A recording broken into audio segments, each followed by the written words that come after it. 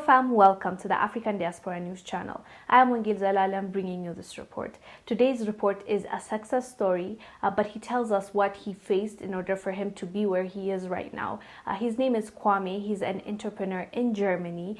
He has a successful business and he was interviewed by DW, and I found this article from Face to Face Africa. They were interviewing him about his success story and how it was for him as a black man in Germany, thriving in Germany. So he tells us a little bit about his background, the racism that he has faced, and in spite of that happening to him, he still made it and he's a success story. Let me first read for you the article. We'll come back and discuss. Kwame Owisu migrated to Germany from Ghana in the 1980s when he was very young. At the age of 16, he ventured into Germany's hip-hop music industry with his friends. They struggled to make any meaningful impact in the industry but learned about organizing events, parties and concerts. With two of his friends, he built an agency which initially partnered with other event management firms and individuals to organize programs for a negotiated fee. Today, he runs LEH on the platform hiddenlocations.de, which organizes corporate and hospitality events of all kinds. After successfully taking his first steps into entrepreneurship when he was 19, he started another project to bring African cuisine and culture to Berlin. He started the African Food Festival in Berlin to serve as a platform for Black people to share their culture, even for their kids. Kwame said, "This is my contribution for my people, for the culture. It's a platform for the culture, but also access for the Germans where they can learn the culture in a different kind of way." Even though Kwame is very successful now in Germany, growing up was not pleasant. At the time he migrated to Germany, there were very few blacks in the country. As a result, he faced racism and discrimination.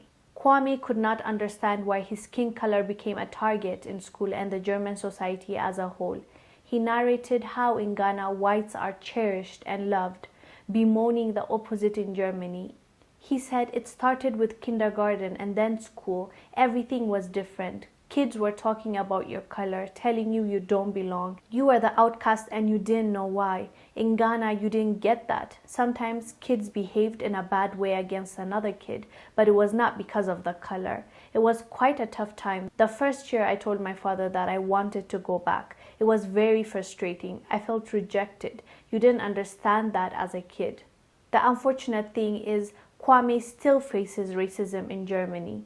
Only that this time around, he grew a tough skin. He said, "I know now what I can do and I know that I pay taxes. I employ people. I have audits. I know that most Germans are afraid to be entrepreneurs. It's not easy to be an entrepreneur in Germany. Sometimes when I am working at one of my spaces and maybe a walkthrough and the company or clients see me, they say, 'Oh, you are the DJ.' And I just say, 'Well, I'm not the DJ, but I can help you. What do you need?' That doesn't change, but it's not hurting anymore. It doesn't hurt deep anymore like it did in the teenage years. The teenage times were tough." He praised his dad for building him up to be able to withstand racism. Although he admitted that the experience drains his confidence sometimes, he also believes, but for his skin color, he could have achieved more in Germany. As you heard, Kwame runs a successful business, and you wouldn't think looking at him that he had so many disadvantages in front of him, but he still was able to accomplish what he set out to do, and the sky's the limit. He's still going to continue. But I find it interesting, like as an immigrant, especially in Germany, for him to be able to get to that place. As he said, most Germans don't, they are afraid of pursuing entrepreneurship. And this guy, coming from an immigrant family, he's Ghanaian, facing whatever he's facing, he still didn't let his situation put him down. That's the biggest takeaway for me. But also, when I was reading this article, I put myself in his shoes. He was saying he went there when he was really young as immigrants, and he never noticed that in Ghana when it comes to skin color. He said something interesting that we all know, especially Africans. He said, white people are adored and admired in Ghana, but it's not the same thing when I moved to Germany. The white people did not treat me the way we would treat white people. So as a kid, he had to learn that it doesn't go both ways. We treat them well, we respect them, white people when they come to Africa, but it's not happening the other way around. And Africans are actually mistreated when they move to those countries. So as a kid, I think realizing that as a kid can mess with you. And I'm glad this did not affect him.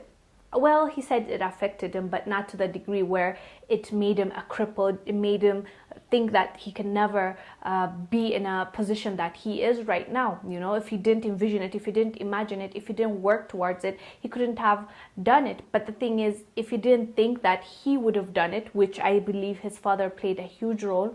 He said his father is the one that taught him, even whatever they do to you, it doesn't matter. Like, to be stronger, whatever kind of racism he faces, to be stronger. The sad thing is, it shouldn't even be a discussion. People should not be mistreated because of the color of their skin, but that's their reality, or that was his reality back then in Germany, which I believe it's still there, but maybe the degree is gone, or maybe it doesn't happen in the open as much.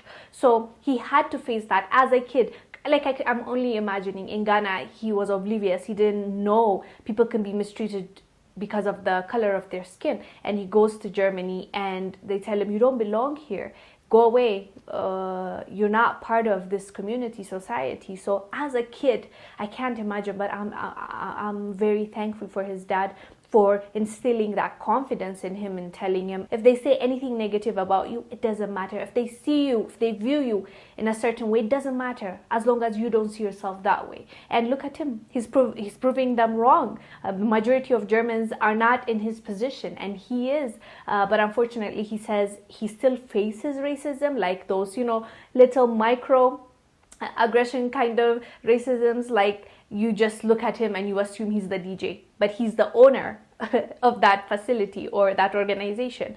So he's like, right now it doesn't hurt deeply. When I was a teenager, it hurt me more, but at this moment it doesn't. I tell them, oh, you need help? I'm not the DJ, but I can still help you around. And wow, like, respect. With racism being thrown on his face, and he was a kid and a teenager, and he grows up and now it doesn't hurt anymore, I can only imagine the stages that he had to go through to not care. You see, at some point he cared. It hurt him. But now he's like, whatever, if they think that way, it doesn't matter. So for you to get from this place to this place, that's quite a journey, and respect to him. Well done to him. This is truly a success story, and we wish him all the best. I'm Wangil Zalalam bringing you this report. Please do let us know down below what your thoughts are. I'll see you on the next one. Bye.